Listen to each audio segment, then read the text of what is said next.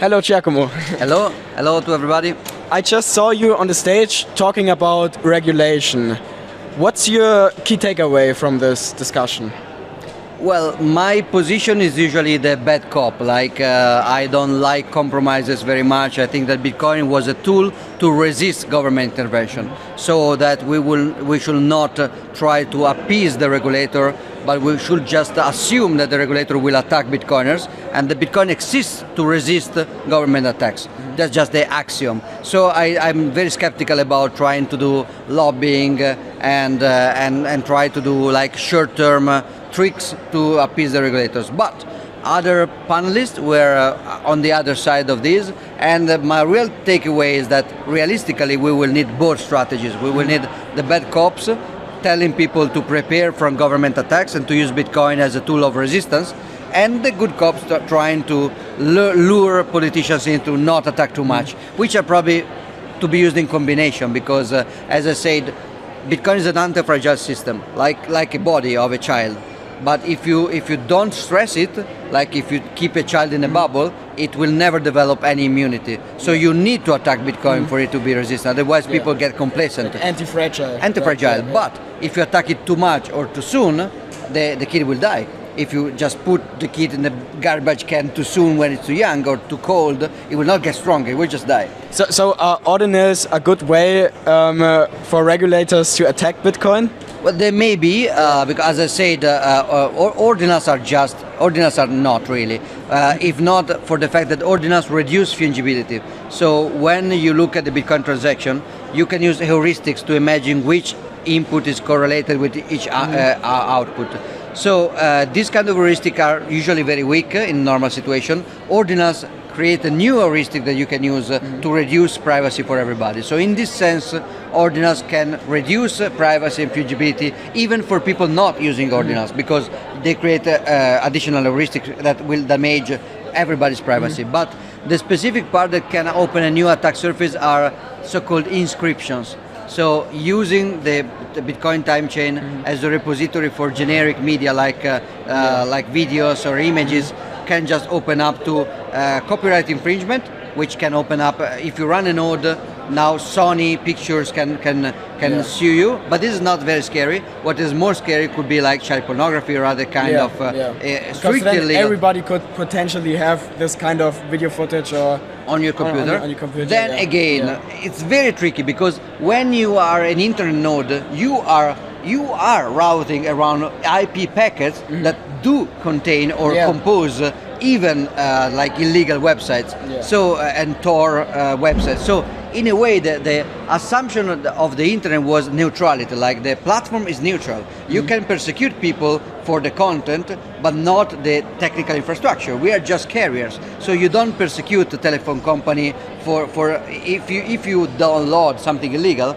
the telephone company is not directly persecuted. So Bitcoin nodes should be the same, especially because the normal Bitcoin nodes will not allow you to decode that spam that people are putting on the time chain. It's encoded in a way that you need a special software to decode it. So in theory, it should not be the way, but in practice it's a new pretext and a new excuse to try to attack Bitcoin. I am not concerned because, as I said, Bitcoin is a tool for resistance. So if you're concerned about compliance, Bitcoin is not for you, fiat is for you. So if you want to resist the fiat world, then you need Bitcoin. So having another attack surface is not going to make that much of a difference long term. I think you had an interesting take on the stage when you talked about how all the shitcoins can be beneficial for Bitcoin in terms of regulation. Can you explain what you mean by that? So I think that very short term, shitcoins and the crypto world in general can create basically a veil of confusion and of plausible deniability. They can create decoys, like, you know, when there is a plane, a fight jet, and when there are bombs arriving, missiles arriving, they will just emit these decoys that will confuse everything and try to intercept. So when the government wants to attack Bitcoin, they will think that there's not just Bitcoin, but there is cryptocurrency, and there are many. I mean, that's what you see in the media, right? Yeah, that's nobody's mainstream. just talking about Bitcoin. It's like all about crypto. Yeah, crypto or blockchain. Yeah. So some politician will say we have to stop Bitcoin, but we don't have to strive for blockchain innovation. That's bullshit. Blockchain innovation doesn't exist. But still, it could be a short-term protection because they are confused. They think blockchain innovation is anything. It's not. Or we don't want to destroy all crypto assets, which are just usually Ponzi schemes. But it can create confusion in the short term can be good. In the long term, I don't think it is, because in the long term, the same confusion you use as a weapon against the regulator will also be used as a weapon against private peaceful people like investors. So the kind of obfuscation that a startup can use to escape regulation and arbitrage regulation will eventually be used to lure retail investor into scams and Ponzi schemes. So you cannot create confusion and expect people not to be hurt. And then in turn, when people get hurt a lot, that will give good pretext to regulators to try to get even more heavy-handed. So initially, the crypto scam industry may be a protection, but then it will create stuff like Coinbase, FTX, Luna, and Celsius, and BlockFi. People will lose a lot of money. People will get ruined, literally. Like people may take their life for this, and that will create, and they did actually, that will create a very good pretext for government to attack even more. So I think the trade-off is security through obscurity. So confusing your adversary is very good in short term, as a temporary patch. But long term, you have to use truth and transparency about what you're doing. So the governments long term should probably learn to understand the difference between Bitcoin and crypto or blockchain bullshit. So what do you think with regulation? Where are we going practically to stand, like in a few decades? Are we Bitcoiners? Are we going to be criminalized at some point to give away our unhosted wallets? Is this a scenario that you think would be realistic? I think we don't know. Everything can happen. And if you follow first order game theory, like if you follow incentives without thinking about second order effects, I think that what is more, the most convergent scenarios will be almost a Cold War in which Bitcoin gets successful and starts to really impact the capacity, for example, of the United States of America federal government to extract money via inflation, because they inflate the money, but nobody's absorbing this anymore because savers can just use Bitcoin. So the inflation will not work as tax anymore. So it will break the monetary monopoly, the legal tender. So that will decimate the capability of for the federal government to issue debt, because debt is made sustainable by inflation, and also censorship, like the way they work right now to prevent WikiLeaks from existing, to do sanction on Iran or Russia. All the geopolitical sanction structure will collapse with Bitcoin. If that's true, some governments like the United States will end up criminalizing Bitcoin, in my opinion, because there are also historical precedents, like they criminalized gold when they wanted to push the very first instances of fiat money in the 30s. Franklin Delano Roosevelt, who was pushing for fiat after the World War I, he actually had to confiscate the gold and to make gold illegal, make gold criminal. But that's not as easy with Bitcoin, right? Because you can't just take it away from everybody. Yeah, it will not be as successful. So this created, so there are a few kind of second orders now. The first one is some governments will have incentives to not align with this persecution. So for example, El Salvador already decided to be against this trend. And I think they will keep, because it makes sense. Other governments that do not have their fiat, like Panama, Ecuador, or like Capo Verde that uses euro, all the countries that cannot use inflation because they don't have their money, they are more incentivized to go with Bitcoin and to offer a sanctuary, so they will attract wealthy people, startups, and they will create like a second block, not just made up by nice people. For example, countries like Iran or North Korea, they may hate Bitcoin internally because it will make it easier for political opponents to finance revolutions, and it will make it easier for people to escape and to escape with money from the borders of North Korea. But it will help Iran and North Korea to escape international sanction. So I think that you may have two blocks. United States federal government will probably be in the first block, anti-Bitcoin, and many other countries, even evil country like again Iran, may end up in the other blocks. Some country in between like Russia and China, I think will probably, surprisingly, I think like China will eventually join the United States against Bitcoin, because if you, I'm not sure. They're forced to. Because they have more to lose than to gain. So they have some gain into bypassing the United States power, monetary power, like Swift power. Yeah. But they have more to lose if Chinese people can escape the regime extracting wealth and extracting capital. So capital flight is more of a danger for China than the other way around. And China relies on inflation very much as well. Yeah. The interesting consequence would be that maybe even some local state of the United States Confederation may actually be different. For example, now you have on immigration, you have Trump with the federal government was restricting immigration, and the New York state was playing the role of a uncompliant sanctuary state for immigration. Something like that can happen with Bitcoin. Like the federal government would hate Bitcoin, but let's say Texas will actually create a safe haven for Bitcoin in antithesis with the central government. So this scenario may create, so it may be so powerful, then eventually the US federal government will not even attack Bitcoin because there's so much geopolitical stuff in place. Or again, you may have a problem which, since you know that, so you knew that you could confiscate gold, so you did. If they know that they can't confiscate Bitcoin, they may not even try, because they will just accept defeat. I think it's unlikely, but it's possible. Or maybe the United States government just like collapses into hyperinflation before Bitcoin even becomes big. So they will never have the chance to attack Bitcoin because they are already collapsing on their own.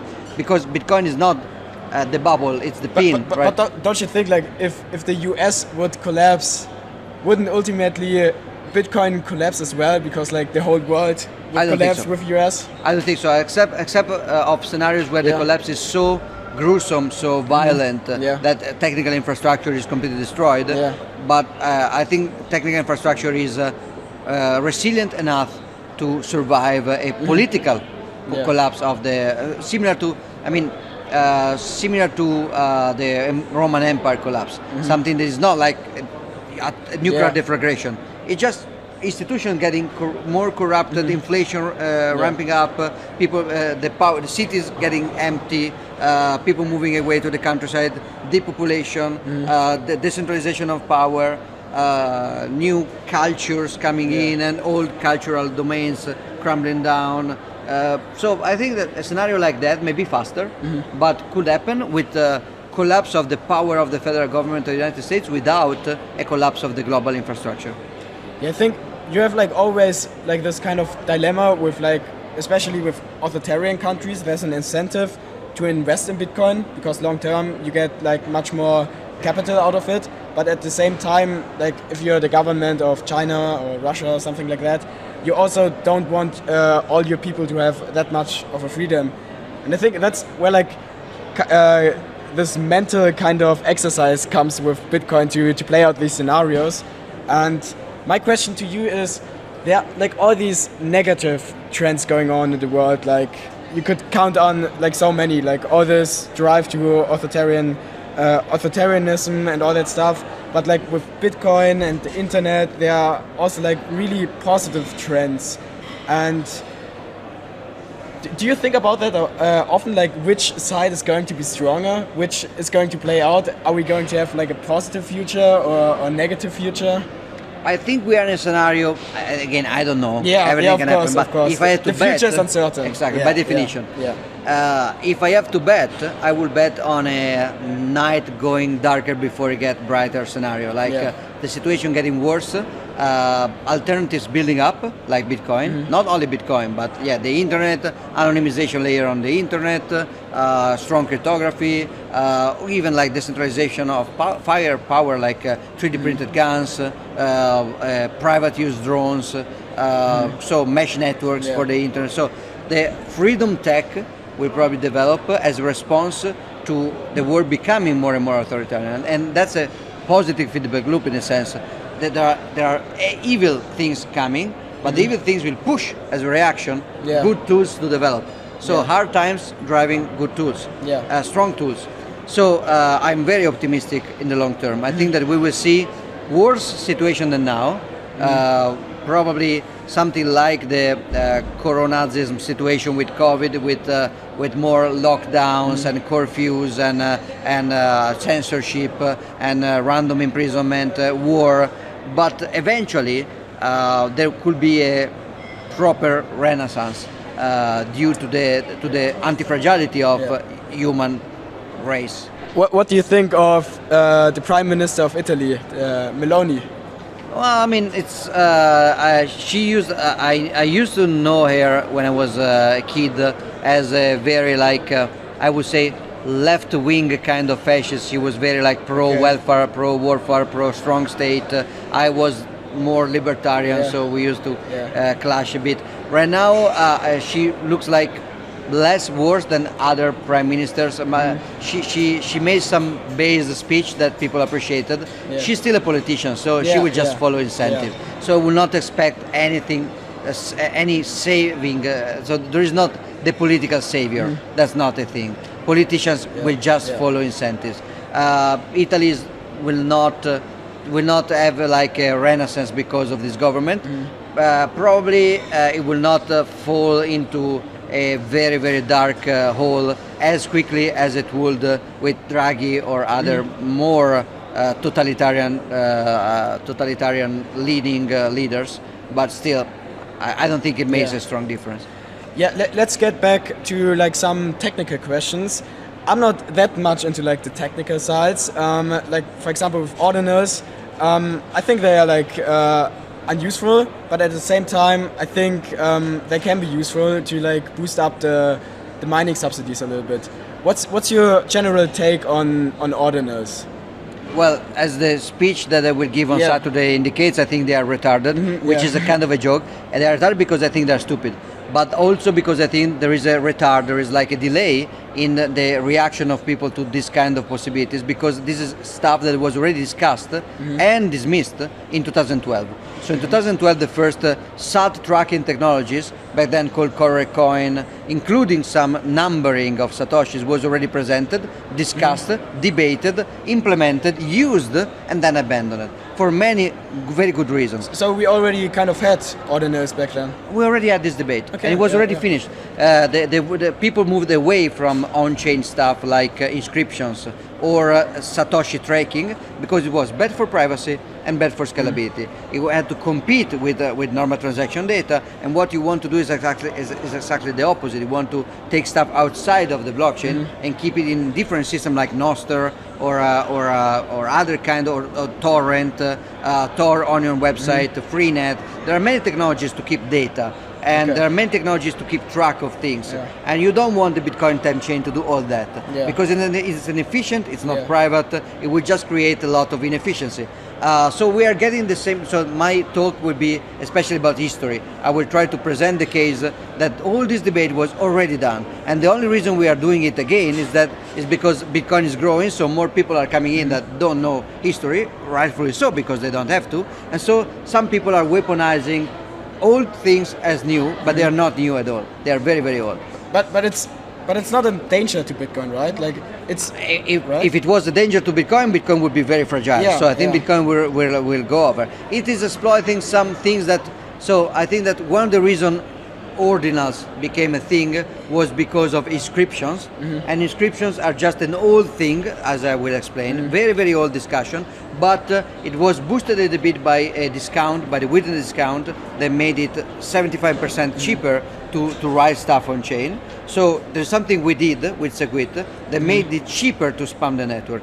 And also there was Taproot that made it a little bit easier to avoid mempool filters. So your node, even if the miners are going to accept the transaction, your node will reject the transaction where the amount of data is more than the amount of money that you move.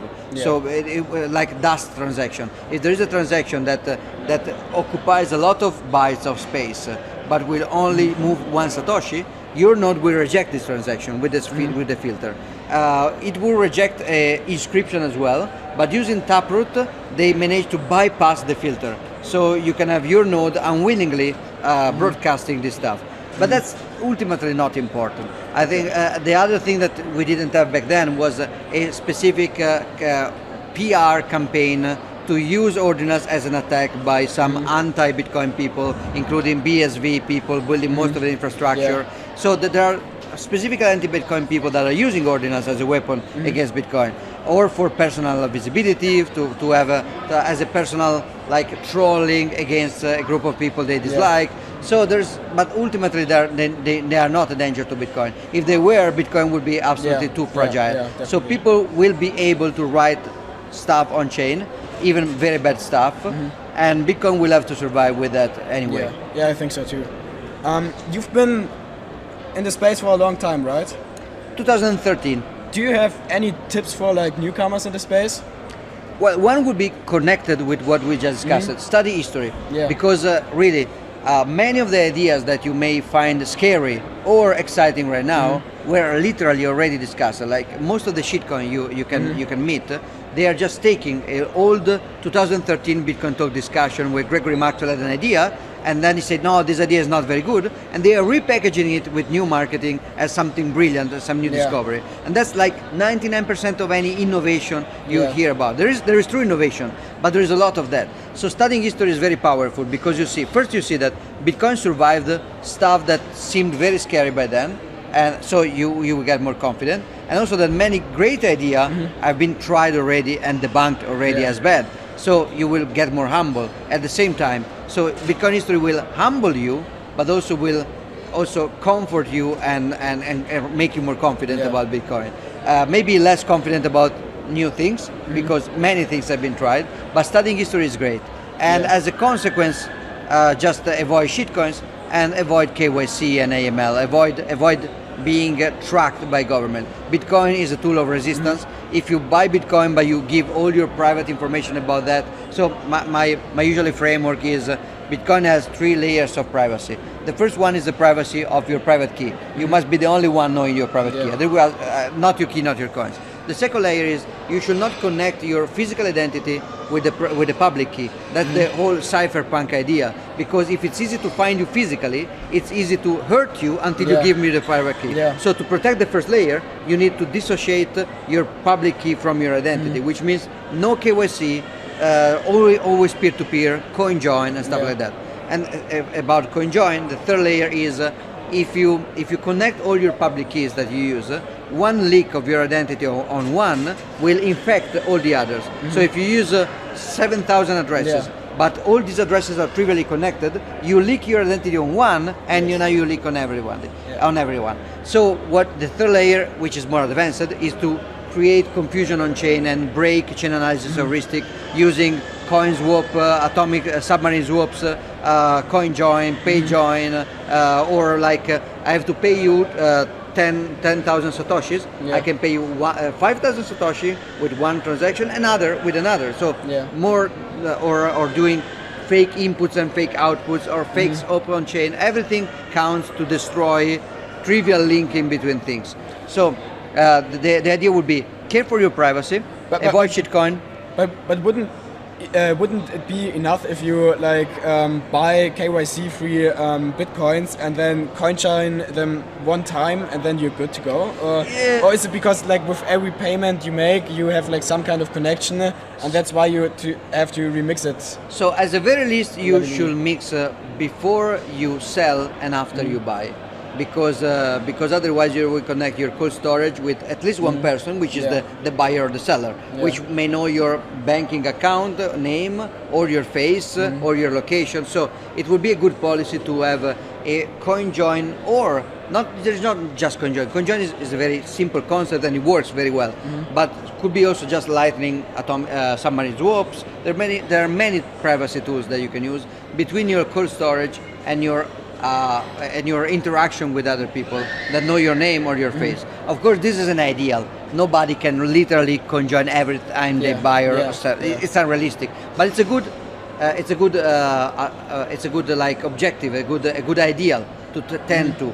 I should, every time I can, before I sell or after I buy, I should conjoin, and that will help not just you but everybody else. I think our time is over. Thank you very much. It was a pleasure. As well. Thank you. Thank you.